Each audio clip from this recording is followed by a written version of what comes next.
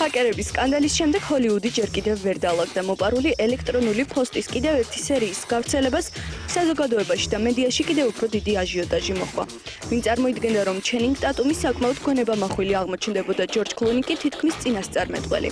ფოსტის გატეხვამდე სონისთვის მიწერილ ერთ-ერთ მეილში ჯორჯმა ხუმრობით განაცხადა, რომ მის წერილს აუცილებლად მოიპარავდნენ.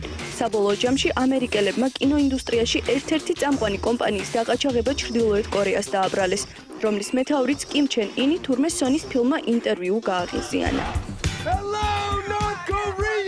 ინტერვიუ ორი ჟურნალისტის შესახებ მოგვითხრობს, რომელთა თაყვანისმცემელიც თავად ჩენ ინი აღმოჩნდებოდა ჩრდილოეთ კორეაში მიიწვევს. მაგრამ სანამ ჯეიმს ფრანკოს და სეთ როგანის გმირები ქვეყანაში ჩაფრინდებიან, მათ გამოძიების ფედერალური ბიურო სპეციალურ დავალებას მისცემს. ყველაფერთან ერთად ჰაკერების შეტევამდე ინტერნეტში გავრცელებულ ფილმის ტრეილერში ჩრდილო კორეელ ლიდერზე თავდასხმის კადრებიც ფიგურირებდა. მისი პერსონა კი გაშარჟებული იყო. როგორც ამერიკელები ფიქრობენ, კიმ ჩენ ინი სწორედ ამან გააღიზიანა.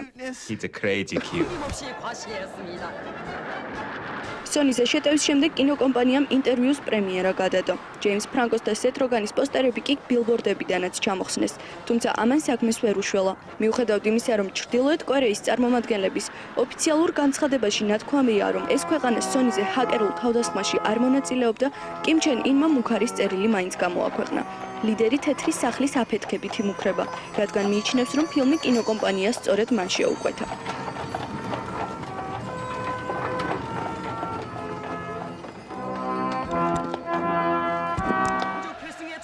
ამ შემთხვევაში, როგორც ჩანს, საპასუხო ნაბიჯის გადადგმა ამერიკელებმაც გადაწყვიტეს. მართალია, ისინიც ირწმუნებიან, რომ არაფერ შუაში არიან, მაგრამ ცოტა ხნის წინ ჩრდილოეთ კორეა ინტერნეტ სივრცეს აბსოლუტურად მოწყდა. მთელი ქვეყნის ქსელი ერთბაშად გაითიშა. ისინი თავიდან ბოლომდე გამორთულები არიან, განაცხადა ინტერნეტ ანალიტიკოსმა დოგ მადორიმ და ისიც დაამატა, რომ აქამდე მსგავსი არაფერი უნახავს.